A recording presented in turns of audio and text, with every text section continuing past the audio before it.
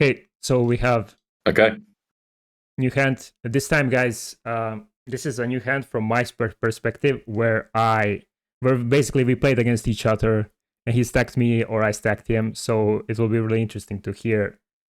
Does our thoughts match? Like what the other player thinks of the others, of what the other player thinks of the other guy and the spot, and is our thought processing game correct based on that?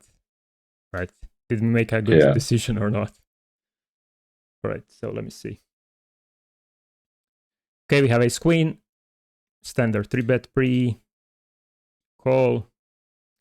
Paired board, usually 9-high boards, I would play half pot or check.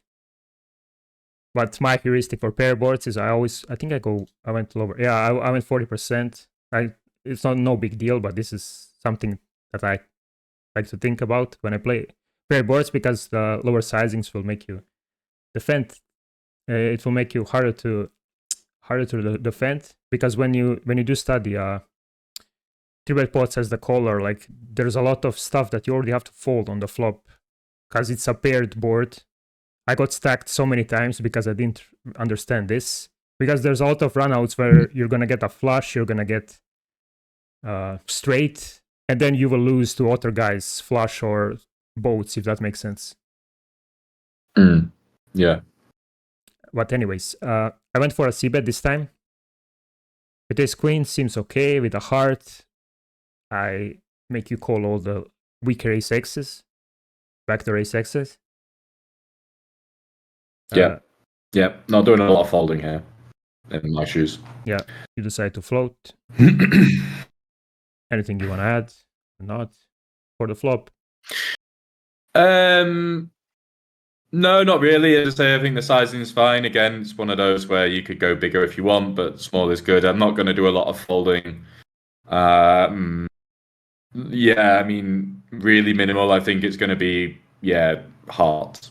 Like if I have, ace 5 of hearts, I'm going to be folding ace 4 of hearts. But other than maybe some overcards, but I'll be honest, even if I have like king jack of hearts here, I'm going to float an awful lot. Because you just have so much playability post. So I've got infinite overcards, lots of ace highs, lots of pairs, etc. So Right. A lot of the action's delay into the turn here, isn't it? Yeah, so we get this turn. I'm still gonna continue my overpairs. I'm gonna continue my overcards for the club mostly. Some overcards as well that. Well, you just said that you're gonna have a lot of, even without backdoor flushes, so I don't know how relevant it is if I like barrel through Jack 10 of hearts here more than other Jack 10s, for example. But my main bluffs would probably be offsuit clubs, and then I will be checking a lot. I'll be checking some aces, mostly 9x. If I have ace 9, that's a good check, because then I unblock your stabs. Like if you have ace, it's more likely you're gonna check back, and then you bet your queen jacks, whatever. I went for a check this time. You went for a small bet, which I like. Like you're trying to make my ace highs indifferent. I'm gonna have a lot of ace highs, maybe some king queens as well. I decided to just call this one, even though it might be a good check raise candidate, especially with ace of hearts and then queen of clubs, because you're gonna stab some backdoor stuff way more. I don't know. What do you think here? Would you just call? Would you check raise with ace queen? It's interesting. You could bet. I think bet is going to be okay. With the issue with bet is you have to be very careful with your frequencies, because obviously, you and I both know, you have a lot of overcards here that don't have showdown value. So it might be the case where you construct your range where, if you have queen jack of hearts, or if you have like king jack off with a club or king queen off with a club, you'd rather barrel them than this. But I think it's a potential candidate to barrel because you double block the trips. You have a club to barrel club rivers. I'm also gonna call a lot of worse hands, and you also are going to apply a lot of pressure to my pairs now with a turn bet. So I think betting is fine. When you do check, as mentioned, like for me, I've got a lot of, I arrived at the turn with so much of my range that, I'm going to stab a lot. And if I'm going to stab a lot because, I want to stab, obviously my trips, obviously my good hands, but I want to stab hands like 8s, 7s, 6x, etc. to get protection from just your give ups, your king highs and things like that. If I'm going to stab too much, or if I'm going to stab a lot, and a lot of where my bluff stabs are going to come from is overcards, you dominate those a lot. So I think check call feels really natural. Again, I think you could argue for check raise. I'm not going to lie. I'm not overly studied in this kind of line where we would check raise the turn. So I wouldn't really be able to kind of figure out whether it would be a good check raise or not. Because logically for me, it feels like a good check call because you're going to just dominate my bluffs and you have lots of showdown value, etc. But I could definitely see an argument for check raise. But then I would, question. Well, I mean, it puts a lot of pressure on pocket sevens, doesn't it? Things. So maybe that's the argument. But yeah, all options good. I think every option is on the table as long as you don't check fold. Yeah. Right. 7 of clubs, going for a check. You decide to jam, and I have a decision with my hand. So I did a really deep analysis of this hand for Carrot Corner for their subscription service. So I'm not gonna go too deep here, otherwise maybe Pete will be mad, something like that. But yeah, I think in this spot, most of our range will be those overpairs. Sorry, not overpairs, overcards, like ace kings, ace queens, maybe slow played aces, some 9x slow played. I'm gonna get 7s here, probably pure, when I check the turn, and then go for a check call. I'm also gonna have 6s. I 3-bet that pre-flop. Flush draws as well. If I have a high flush draw with an ace, I don't see a point of check shoving the turn because I dominate your overcards, and then I just go for a check call, and then I win versus, let's say I have like ace jack, and then you barrel on the turn king queen off with a club, and then you barrel through on the river, which is probably a good bluff, and then I win versus that if I had like ace 10, ace jack, whatever. And then I have a lot of these over cards that I can't really fold all of them, otherwise I don't probably have enough defense versus your river jams. But then it all depends. I was looking at the sim here, and you're supposed to jam all of the like overpairs with a club still. Like I always wanted to. Okay, this will be a good example. What you think now? Would you jam stuff like 10s here with a club, jacks with a club, and stuff? My instinct is to say yes. Would that play out differently in reality? No, I don't think so. I think a lot of your range is kind of this sort of region. Plus, obviously, you're going to have aces in here and hands like that, some slow play trips. It's a weird one with the flushes. I don't think the flush completing is that relevant in terms of both of our ranges, because I don't think you're going to play many flushes this way. And I'm not going to play many flushes this way as well, because a lot of my clubs want to check back the turn because they hate getting check raised. Right. So probably do shut, if I have 10s, I would like to say I would shut my eyes and jam, but I'm not completely convinced. Yeah, I mean, how I view your situation in terms of bluff catching, like I view bluff catching relatively straightforward and binary. Either I have too many bluffs or I don't, and if I have too many bluffs, then you should call, and if I don't, you should fold. And I think it's interesting because of how often, if we rewind to the flop, like you've bet a small size, I'm going to float the flop a lot. Then you've checked the turn, I'm going to stab the turn a lot, and it's going to be very, very much filled with a lot of, overcards. On the river club, there's a question of how much I follow through, basically, with those overcards. And I don't have an honest answer for you. I know if I have an offsuit hand with a club in it, it's gone. So like if I get here with like king queen off with a king of clubs, then yeah, you're getting all of my money here. But I would question how often I'm going to find like queen 10 of hearts on the river. I think I might go with the 9x blockers and probably shovel it in. So then it's quite easy for me to overbluff, I think, is the very long-winded way of me saying I think it's quite easy for me to overbluff. So I think, in terms of your call, I think it's very good, to be honest. You block the 9x, you block the flushes in case I do actually have a flush. It's easy for me to overbluff. You beat all of my bluffs. I can see why you hit the call button, to be perfectly honest. I really can. I'm glad I didn't have, king queen, otherwise I would look very silly. But yeah. Yeah.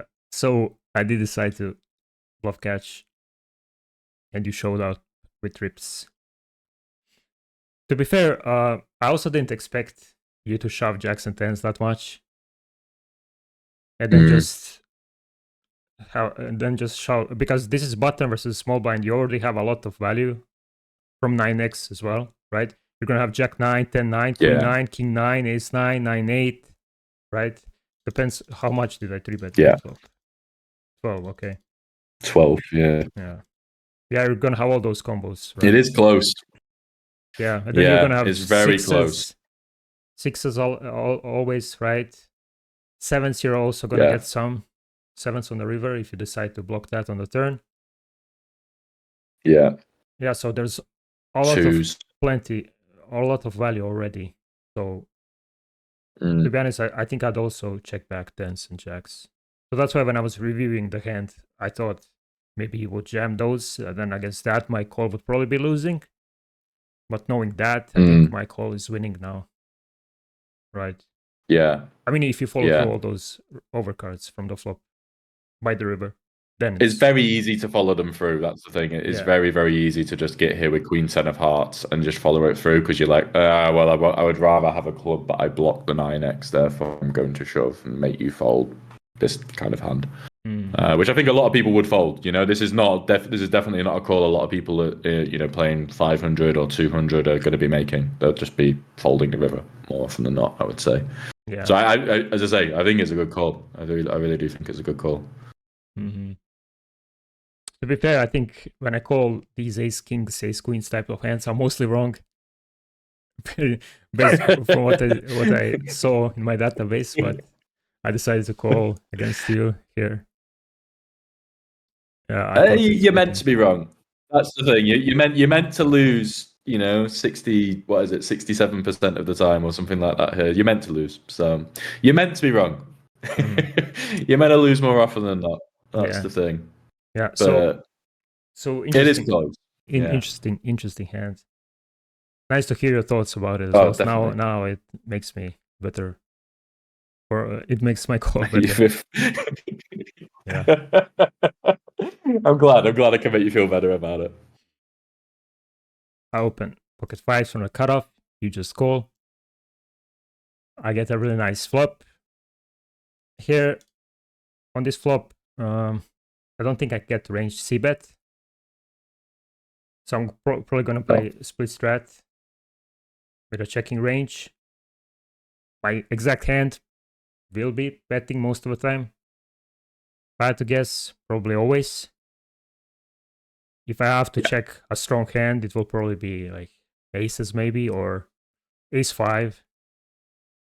But I don't think it matters that much. But the main thing is I don't think I can range c-bet this flop. Cutoff versus button. I mean cutoff versus BB. So I'm gonna play some checks.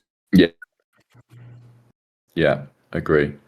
Yeah, no, I think maybe check aces a little bit, but even then, like when I'm going to defend all of my pairs, like a lot of the time, like when you check back top set, it's so you can let your opponent realize with their under pairs, and then they turn a set, and then you stack them. Whereas here, I'm just going to defend every pair, so you may as well just go ahead and c-bet. But fives pure, not range, but build your check backs around medium and weak ace X. obviously kings through nines or kings through eights or whatever, etc. But yeah, bottom set definitely good to see bet in my opinion. Yep. So you just call. We get a 6 on the turn. Usually my strat is when there's a straight to complete turns, I never overbet. Like the highest I will go is spot. Even Wizard probably goes spot highest in these spots. Also, some of your straight draws you're gonna raise on the turn. I mean, on the flop, you're gonna raise some 8-9s. 4-3 is probably gonna be a high frequency raise because you have a double gutter on the flop, right? With a deuce. Yeah. Yeah. So you do decide. I still can't remember what I have. I have no idea what I have here. No, I don't. Not yet. No. Right, so here. It's probably a good thing. I think I just call. There's gonna be some parts of my range that wants to shove. Probably like higher sets, if I had to guess. I see. I mean, a lot of people don't play 3-bet shoves in these spots, but I think it makes some kind of a sense. Let's say if I had aces, it's not like you're gonna raise 2-pair that often with an ace. You're just gonna call that, and then you're gonna be raising. Most of your strongest hands will be some sets or straights, right? And when I have aces, I unblock that, so I stack your lower sets. I mean, I lose to 8-9, but I still think it's worth a raise versus your lower sets, right? Yeah. But this hand specifically, I think I'm always calling because I also lose to 6s. 7s if you slow play that, even though you should probably raise a lot on the flop with sets versus my small size. Yeah, I think call is probably. I think you kind of. I think a lot of the time my check raising range here is going to be some form of blocker plus equity. So I don't know, like 7x of diamonds or like 7-8 or something like that. So I do think you probably do want a shoving range for. I think aces is really nice because I think a lot of people would actually just default to calling aces because you're like, I've got aces, I want to, just call and slow play. But you want to stack 7s, 5s, and 6s when you have aces, and 7-6 or the combo of ace-6 or ace-5 or whatever. You want to stack those hands, and there's a lot of rivers where you actually might not win a stack. Yeah. So fast playing there seems good, but yeah, I agree. I think call is good because it's still a very strong hand, but versus the action, it's not amazing. So I think call is probably the play because you don't want to just shovel it in and only get shown the nuts or a better hand. So what's your bluffs in this spot? Now we can exactly know because we're playing against each other. So what will you bluff here? It will be pair plus blocker. So it's going to be something along the lines of, I think 8-7 is really nice. I think maybe like a 7-4. Maybe like a 5x of diamonds, though obviously I can't have that, but something like that, or 7x of diamonds. I would think, and I still can't remember what I have, but I would think that would be my bluffing range, my value range obviously built around 4-3, 8-9. 6s, 7s and 5s I'm going to basically pure check raise on the flop, tell no one. Maybe some 2 pairs, but even to be fair, like even if I've got ace-6 here, I'm probably just calling because it's not objectively that strong at this point. So it's very easy for me to overdo this with bluffs. It's very easy for me to overdo it because I don't have a lot of value and I have a lot of spicy looking bluff candidates here. Definitely. Yeah. Okay. So I just call. Where I get a king on the river, which at first you might think probably improves me to ace king, but that probably doesn't matter based on your turn range, right? You're gonna have sets and what's called straights. Also, I probably fold already ace king on the turn versus such big size. And then I call like ace, all the 2 pairs I have enough probably. And then I call, if I decide to bet ace 8, ace 9, those will probably be better calls because A, they block your bluffs. I mean, they block your value, and B, they have more equity to improve versus your sets, right? Other than ace king, that can't really improve.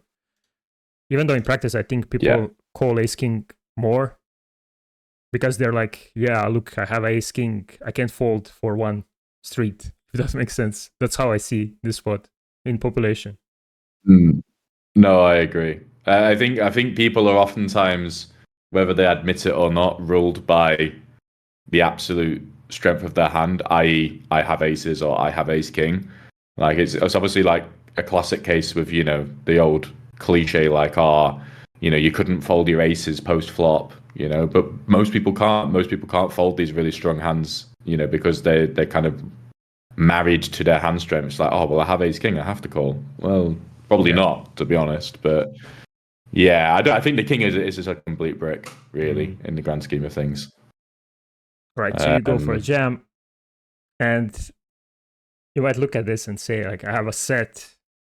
It's easy call, but it's actually not, because you're repping straights at this point or pocket sixes. That beats me, right? Or sevens. That doesn't raise the flop. 4-3 suited, 8-9. So my hand is basically a bluff catcher at this point, in my eyes.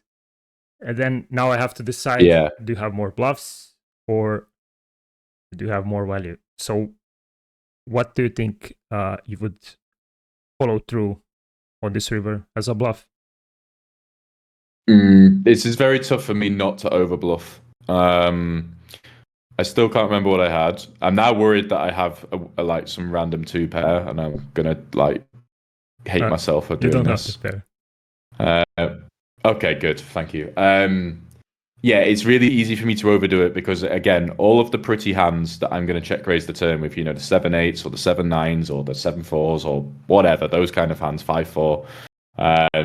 Eventually, I'll get to the hand that I actually have, maybe.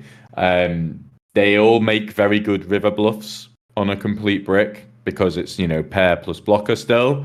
But because we don't, it's very easy to arrive to the river with lots of those hands, and it's then also very easy to bluff all of those hands, and you're still bluffing the same amount of value. I think it's very easy to overdo it, and if I'm being completely honest, I probably am radically overdoing it in this spot. So yeah, knowing that, obviously you have a very easy call. You'd have a very easy call with with all of the hands, but yeah, and this is probably something I need to work on myself, where I'm trying to be fair, I mean, I am trying to work on it, where like I'm trying to be more in touch with my frequencies, because I think people do know that, as I say, you can see the HUD stats of me on there. People do know I am relatively aggressive.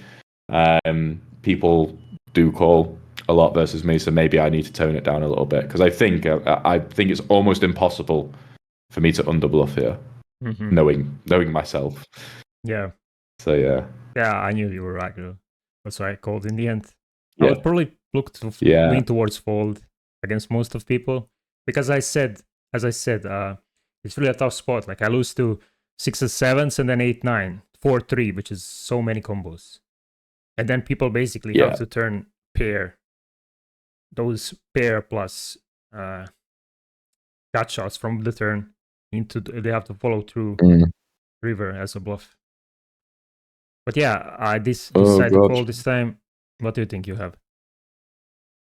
I want to say 7-8, but I really don't want to see something balmy. But I probably will. Let's see. Put me out of my misery. 9-6. Yeah, okay. It's good enough. Yeah, it's fine. But as I say, the amount, from how I've analysed the hands, the amount of good hands that I've mentioned here that make good bluff raises, and I didn't even include this one. It's too easy, man. It's too easy for me to overdo it. So,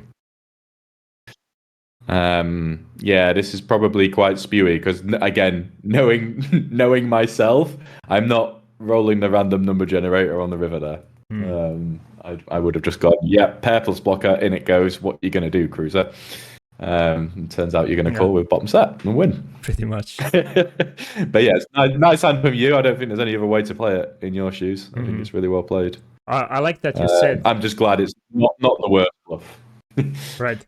I like that you said your turn bluffs when I asked you, and you mentioned 7x and 5x hands instead of 6x, which is what I like to point out is because when I see bet the flop, there's more chance I'm gonna have 5s and 7s rather than 6s, right? So when you do hold a 6, Yeah.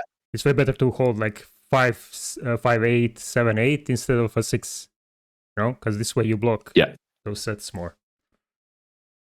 Yeah, completely agree.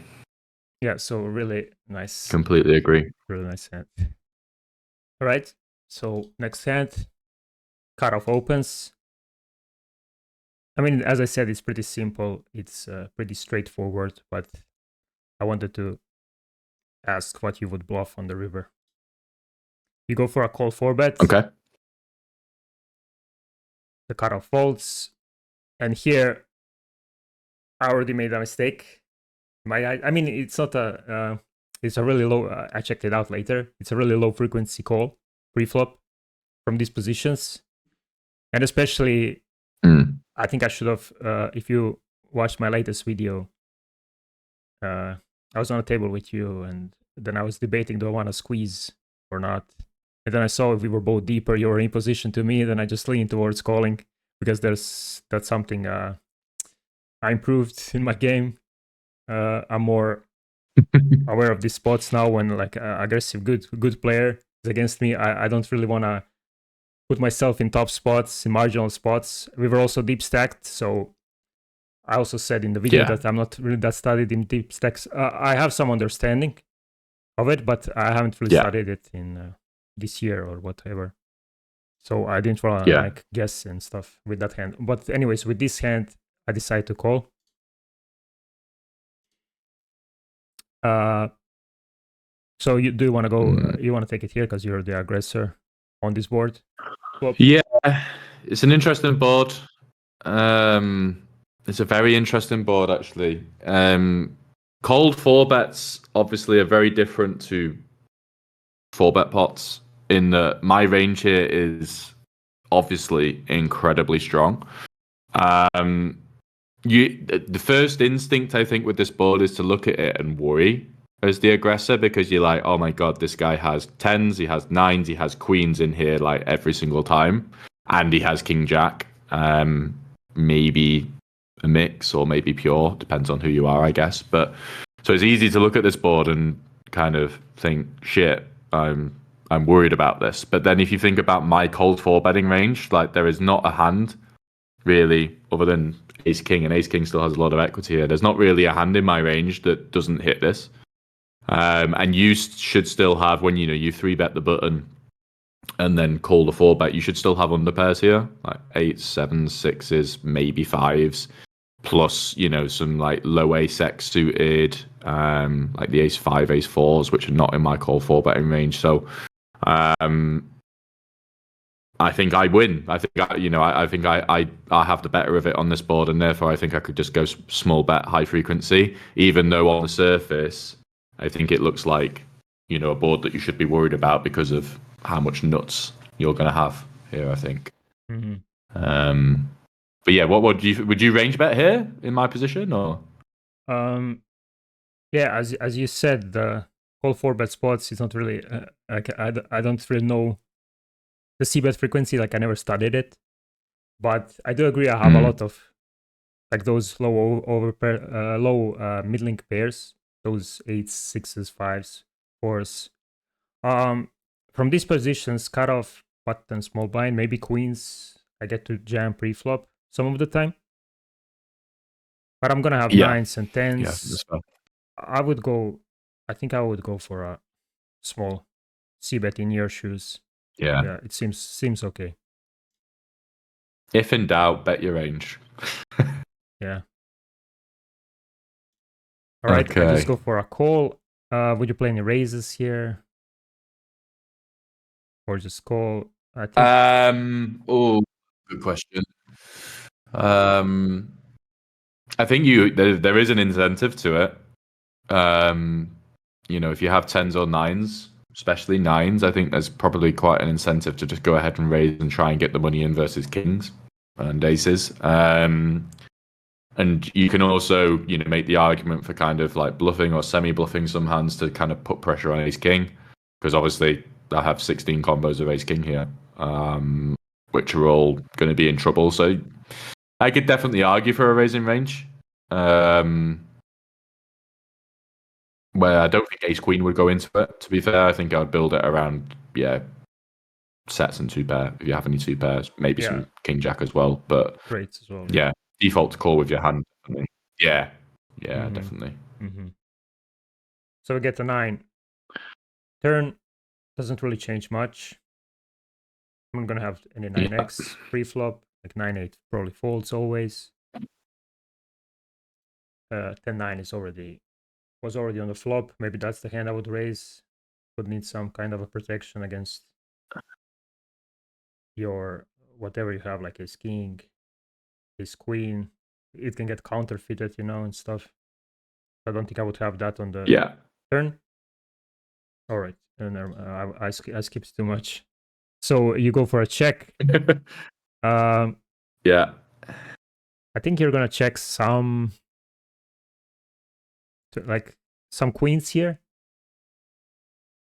But you still have an incentive to bet versus my stuff. Like if I have jacks, if I have jack 10, if I have king 10, queen jack, you don't want to give me like free equity if you do have an overpair. So I think you would probably bet most of your overpairs here. Like kings probably pure. Then maybe you can check aces, because then you block my ace queen off if I have that, which you can see I have that. But mostly with overpairs, I think you would go for a check.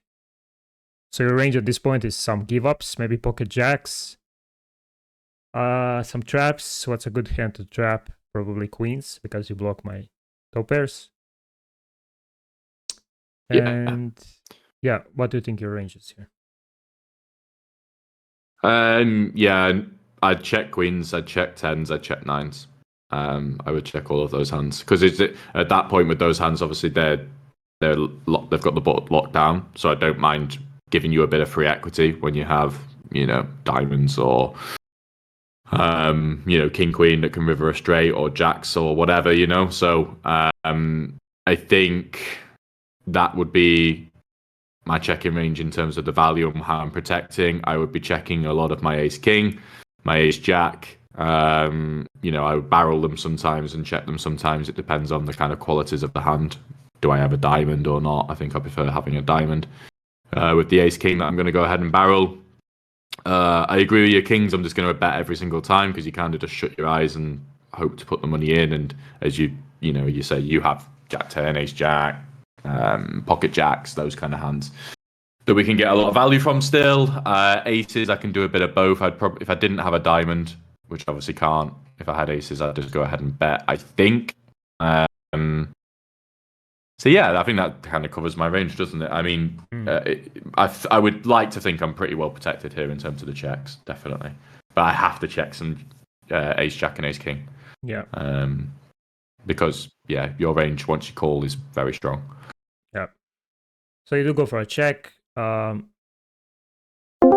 think here with my exact hand, I don't remember what I did I roll or not, but I think I would probably lean towards checking more, having ace of diamonds as well. I mean, not that it's that relevant now, because the ranges are so like tighter in call for bet spots, and you're probably gonna, like as you said, gonna continue all those ace kings with a diamond and some flush draws if you have that, like ace 5 of diamonds as well. So I don't think that's relevant. Never mind then. I would probably mix this one in game. Maybe bet king queen more, because then I have more incentive to fold out your ace kings, because then you have overcard, right? Here, if your ace comes on the river, I can win against your ace king. And I would probably, if I do have tens myself, now when you do check, I think I would bet myself, because now I can get called by your jacks, and basically I want to build a pot Even though like the SPR is close to Yeah. 1, but once you do check, I don't think I want to slow play my tens that much. So I would probably bet that. Yeah. And yeah, those king queens, maybe some low diamond pairs, stab, one and done versus your ace king, but they need protection. But I don't think how often I would do that. But something to keep in mind after I call the flop. Super small c bet with a diamond, right? Yeah.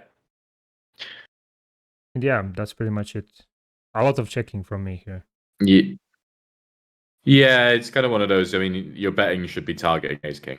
Basically, I think you just obviously you could just bet a small size, which I don't think is going to be reinventing the wheel just to put my ace king into trouble, of which there will be many. So you kind of want to put that into indifference and bet, I don't know, 14, 15, something along those lines, which puts it into a tough spot. I like the check with ace queen. It's kind of, as you said, if we go check and there's an ace river, then we don't mind that as much because obviously we're then going to win a big pot against ace king. Whereas if you've got king queen and it goes check and then there's an ace river, it's more of a disaster. But obviously a king river is not great for you anyway. So bet king queen, check ace queen feels pretty good to me, to be perfectly honest. So yeah, I think it's well played. Okay, check. And we get a really interesting river. At this point, probably any queen gets to bet. In your shoes, like, because I checked back. Oh yeah, the thing I didn't say on the turn. If I do have aces, I would probably bet that as well. Try to get called by your queen X or something like that. So yeah, that's the hand I would probably bet and not slow play that often. But yeah, on this river, so you're gonna have all that slow played stuff that you said you would have on the turn, like those. Now we can't have nines anymore, so it's tens, queens, overpairs, and then aces. a whole lot of ace king.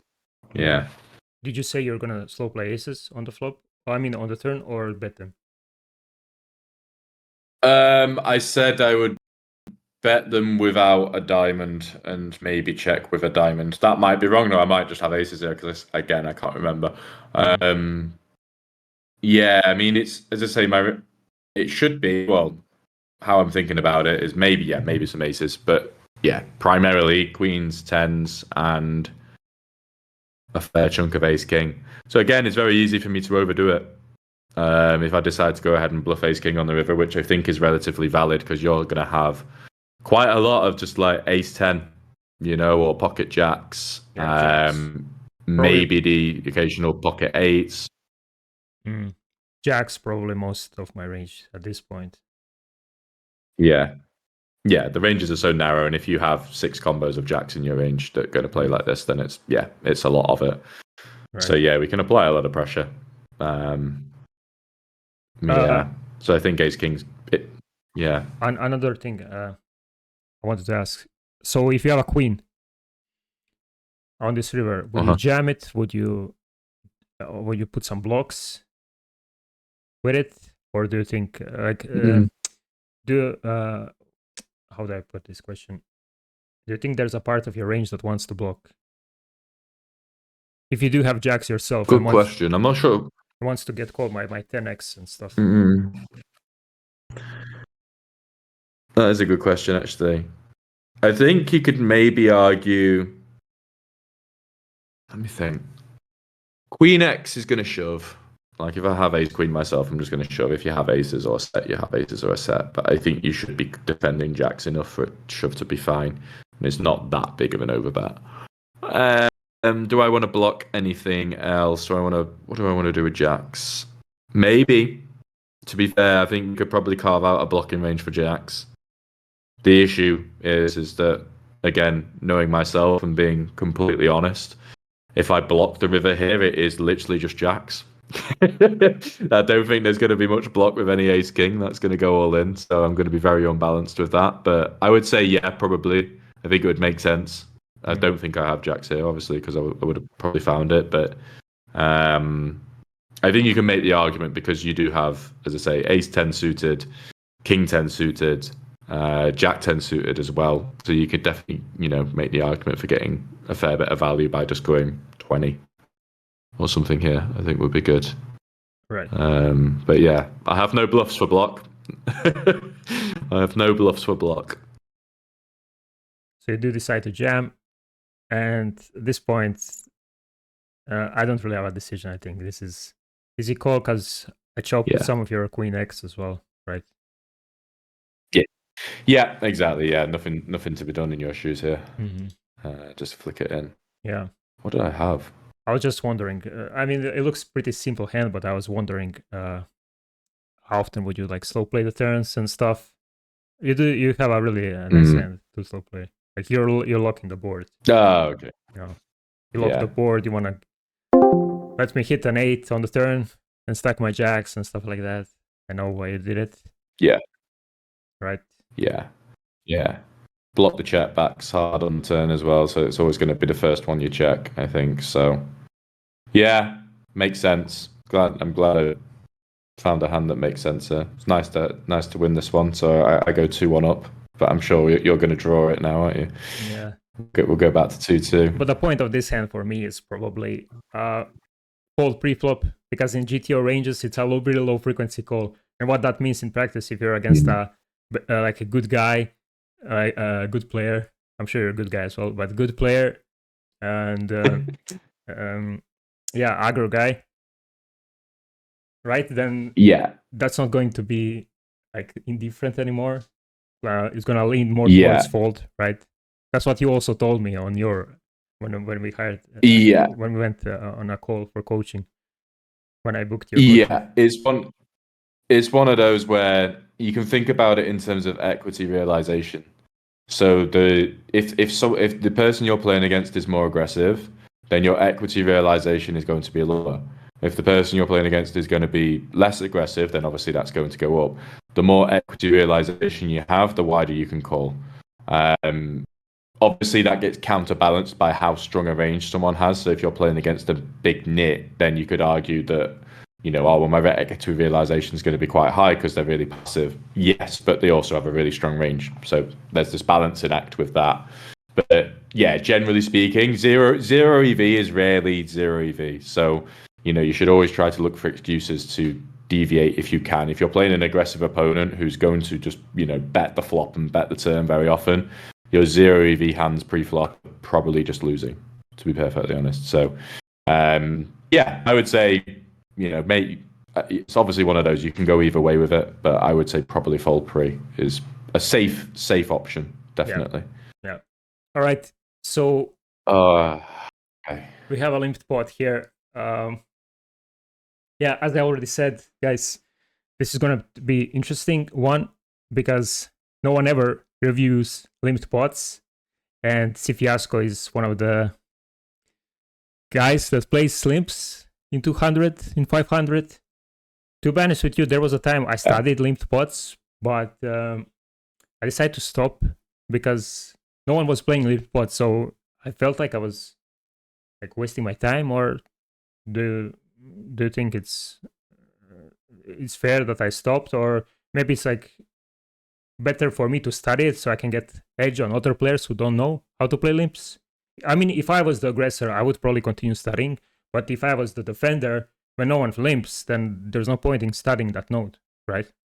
No, yeah, I think the less often a spot happens, the more you want to, when you do study it, because you should study every spot, but you prioritize. So obviously, if you button versus big blind single raise pot, you can go into a lot of detail studying those spots, I think, because they're the ones that happen all the time in a session, and you're constantly in those kind of spots, so you want to do it in a lot of detail. In spots where you don't play very often, you want to have just kind of like a baseline knowledge, I think. So some general rules or some general ideas, I think, is good. So a little bit of study, but don't spend too long on it. Once you go and play higher, as I say, if you start playing 1K, 2K, 5K, then everyone has a limping strategy there because the rake is much lower and you're much more incentivized to do so. Then you can go, a lot deeper into it. But at this moment in time, unless you just want to study when we play each other in these pots, then yeah. Right. So you go for a limp. I don't even know my ranges for Yeah. limps, to be honest. Oh yeah, okay. I just called. I thought I was isolating here, and then I thought like this hand makes no sense to ISO because you probably have like king queen offs, king jacks offs at a mix, and then like the point Yeah. of your ISOing is like getting called by better and folding worse, which I don't do. Yeah, exactly. A lot of people make this mistake with the limping. Like this is why I actually limp a lot more like king queen and king jack than I should, because people will just go ahead and isolate you with like jack 10 off, 10-9 off and all these hands, and they're just checkbacks, and people will just are so very linear with their isolating range. As I say, you're meant to like isolate, just like 10-3 off and stuff like that. People never find that, but they'll find 10-9 off. And it's for as I say, the reasons you mentioned. If you think about my limp calling range, I'm not going to limp call king 8 off here, but I am going to limp call king queen off, and you're kind of just isolating yourself to kind of a range which is relatively dominated, and you don't have a lot of playability. With an offsuit king here, it's not amazing, etc. So I think check is really good. As I say, it's a common mistake I think that people make by ISOing here. Right. You go for a check. I go for a stab. I think my stab is fine. Some of the time with 10 of diamonds, I have some like turns I can continue. I think you still have to call all the ace X. Maybe you need to call like even weaker king X. At this point now on the flop, you have to call those weaker king X that have a diamond, probably. Right? I'm not sure. Maybe you should take lead in limped spots. Okay, so how I would first of all, from my perspective as a small blind, like these single Broadway boards are, if you open, as I say, if you do button versus big blind, Jack 8-3, very good board for the button, right? But in these limped pots, because the ranges are so different, and the big blind has a lot of just offsuit rubbish, you have to be careful on these single Broadway boards, because you're going to have 8-3 off, you're going to have Jack 8 off, you're going to have Jack 3 offsuit. That's already an awful lot of combos, alongside obviously the Jack 3 suited and things like that as well. So things always tend to equalize out a lot. So this is a board where I have to do quite a lot of checking. As for yourself, I probably would check back in your shoes, just because when ranges are this wide, your showdown value goes up by a mile. So king 10, I would just be in my head at least thinking I can just go to showdown. I can just take this to showdown. I can pick up a lot of equity on the turn as well, like in the check and facing a stab from me on the turn, you can call a lot. So I think it's just a really nice check back. I can see why you bet, of course, but I think I would personally check this one back in your shoes. All right. Anyway, so and for a bet, you just called. We get a queen. Turn, you go for a check. Now I think there's not that many incentive to bet a weak jack anymore, or 8 that I bet on the flop. So I think I'm gonna start polarizing now on this turn and go for big bets for checks. This hand has a overcard, has a open ender. I think it can go both ways. Now, once you do call, it doesn't have as much showdown as it had on the flop, because now you might have more ace X, or you might have like 8x, 3x that beats my hand already. So I decided to overbet it this time, but I'm also gonna mix check some of the time, so I can have some straights as well on the reverse. Yeah, I think it's really good. I think obviously really natural to barrel this one, but Queen's a very good card for you in this line. I think when you use a like 2/3 size on the flop and I check call, like a lot of my Queen X has folded the flop. And a lot of your like lower equity stabs will be like queen 5 off with a diamond and stuff like that here. Mm-hmm. So I think you make a lot of top pair on the turn. So I think it makes a lot of sense to continue to be quite aggressive and to use a polarized size. You can, as I say, if you have queen X, I think you can go ahead and use this sizing as well for a little. It's thinner, but I think it's still really good. It's very difficult for me to defend because my check calling range is going to be a lot of ace high, as you say, a lot of 3x, 8x, which is all of these hands are in a lot of trouble at this point. So I think it's very well played and clear idea to bluff diamond rivers or get there essentially. Mm-hmm. So you go for a really big check raise. Do you remember this hand or not? No. No idea what I have. I mean, let me think about this. My limp calling range here should have quite a lot of 9-10, but not masses.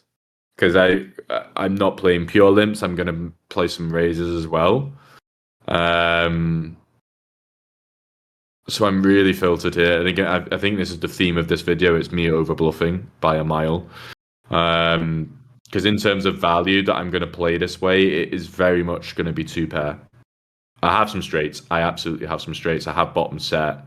I won't really have queens or jacks in this line ever because I'll limp re-raise them. I limp them. What do I think I have? I have no idea. But looking at this hand now, I don't think I should play a lot of raise. I think I can obviously play a lot of raise, but again, I just look at it and I just think this is just so bluff heavy for me because my value region here is relatively thin. It's so thin, actually. Queen jack off. But then again, you have to, I've just faced a overbet on the turn. Like, do I really want to check raise queen jack off with such a wet board? I'm not sure. I'm preparing myself for a blunder here, to be honest. But very easy decision for you, at least. You just call and hope to make the best hand. Yeah, just call. Yeah, I agree. Like once I do overbet, you don't want to go. You don't want to raise that often, even though there's some hands that want to raise, obviously. But as your overall range is probably like super low frequency stuff. Yeah, exactly. And I would just continue exactly mostly right. Call in your shoes. Yeah, exactly. Yeah, this is just me. I have a pretty hand to bluff. I'm going to bluff it, I think. And I get the best possible river. Pretty good river. Yeah. So. Oh dear. Your thoughts here? Do you think I ever stop like 10-9 on the turn once you do raise so big? Yeah, I think if you have the 10-9s, I think 10-9s with a diamond or with a club are the ones you want to slow play. So I'm thinking more offsuit, of course, but like, the ones that I would probably jam would be like, if I had 10 of spades, 9 of hearts. Like, I think you just want to go ahead and put the money in then, save yourself from the bad river is always going to be fine. Yep. I think otherwise click call is fine. You get to call quite wide here. I mean, my turn check raise should be putting like a lot of your 2 pairs into serious trouble. Plus, as I say, if you do have the queen X, you're in serious trouble. The river ace is going to be, it looks better for my range because it's an ace, but I'm not sure whether it actually is or not.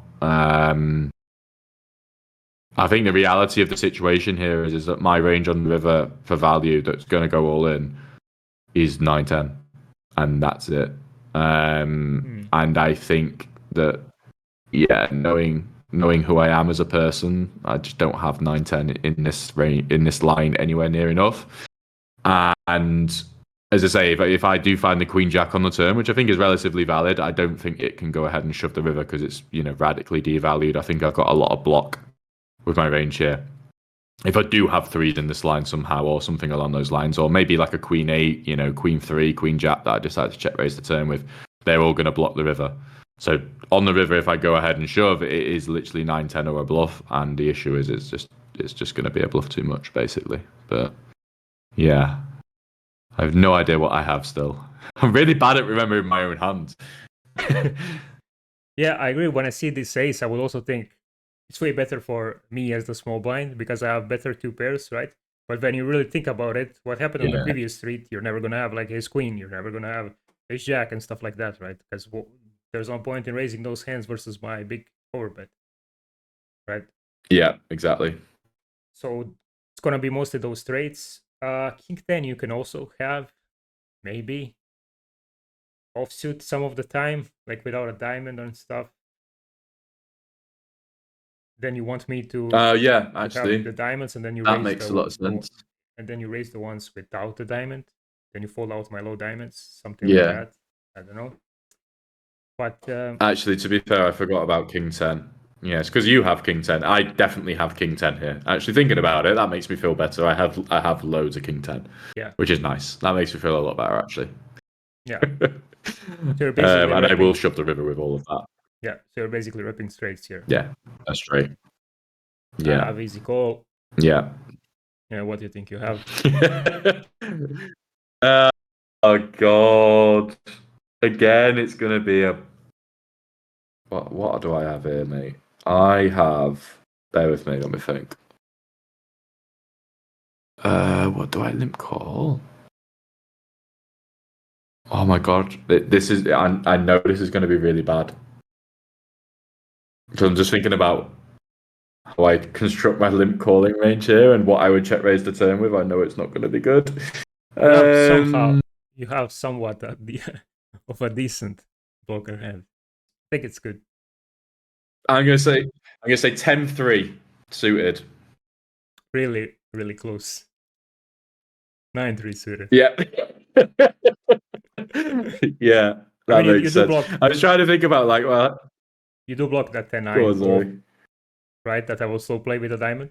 So it's good in that area. Yeah. For sure. It's a nice bluff 10 candidate. would be better for Again, sure. is If you have a 10, because then you block the 10's king 10 as definitely well. much. Yeah. Exactly. It's definitely much better. It's me being getting very, very carried away with my bluffing frequencies. This has been really good for me. This has been like a bit of coaching for me because I'm going to go away and probably write a big sticky note and put it onto my computer to say, think about your bluffing frequencies. Because this is just a line I just really never have many good hands in. And I'm just piling the money in. In a limped pot. How often do you get stacked in a limped pot? Not very, but there we go. Yeah. When you play limped pots, hey. you better be ready to play for stacks on a lot of streets, right? Especially if I was the one who's studying as the big blind.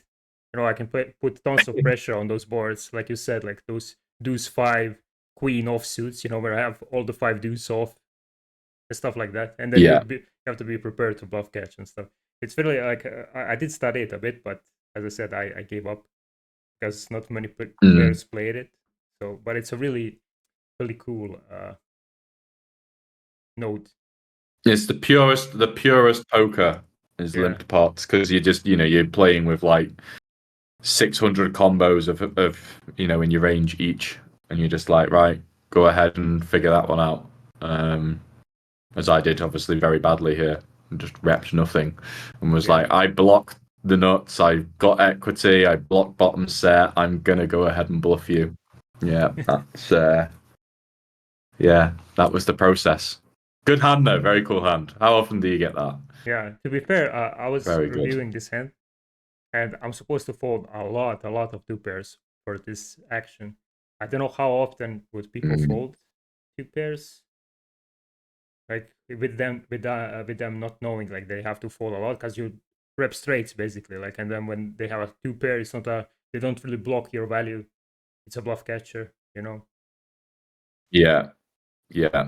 It's don't know. You'd get the time bank. I know that much. You'd get the full time bank, but maybe people. I think it probably depends on the person. Some people just are like, "Oh, I have two pair." If you have it, you have it, and other people will just be like, "Yeah, this guy's only got a straight here. I'm going to fold."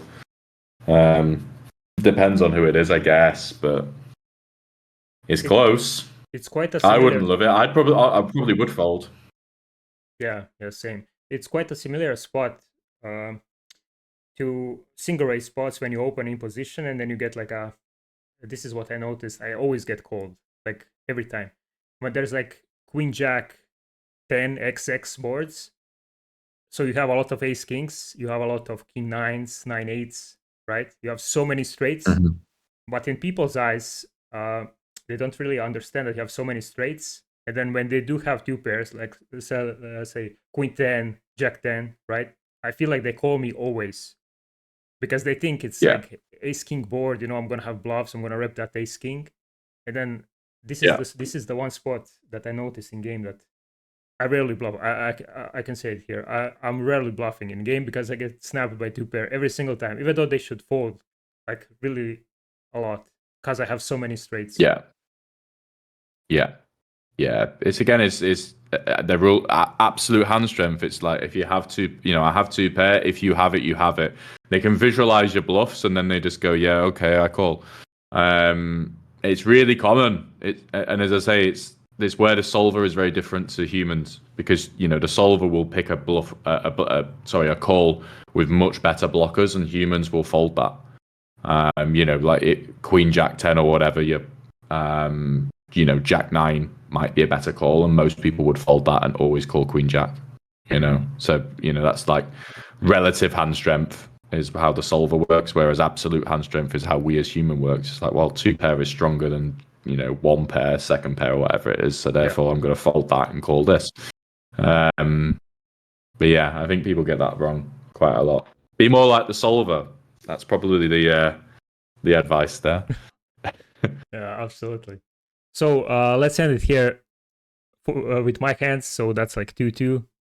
We're even. Yeah. Stack me twice. I stack you twice. It's good to end like this. Yeah. We'll end it in a draw, and we can go and play against each other a lot more now and then. See if one of us can go 3-2 up. Yeah. See if we do some kind of different exploits and leveling wars based on what we know now. That's also going to be cool. Mm-hmm. Yeah, I'm gonna not bluff you ever. I'm gonna stop bluffing 9-3. That's gonna be the exploit, I think. Yeah. Yeah, it should. All right, so we already went for 2 hours. I'm probably gonna, guys, I'm gonna maybe edit it out and put it in 2 parts because it's gonna be so long. So one part probably be Simon's hands and one part my hands. Yeah, it's been pretty interesting. Really cool spots, really cool hands. It was nice to hear your insight, Simon, on some of the spots. Yeah, and thanks for making time for making this video. Right. Yeah. Thanks, man. I enjoyed it. It was a lot of fun. Yeah. All right. So that's it for this video, guys. Hope you enjoyed it. And if you want to contact Simon as well, he has Instagram. What was it like? Elmo Poker, something like that. Poker Elmo, PKR Elmo. We can. I'll send you it, and you can put it in the description. How about that? All right. Yeah, shameless. All right. So that's it. Yeah, exactly. So that's it for the video, guys. Take care and see ya in the next one.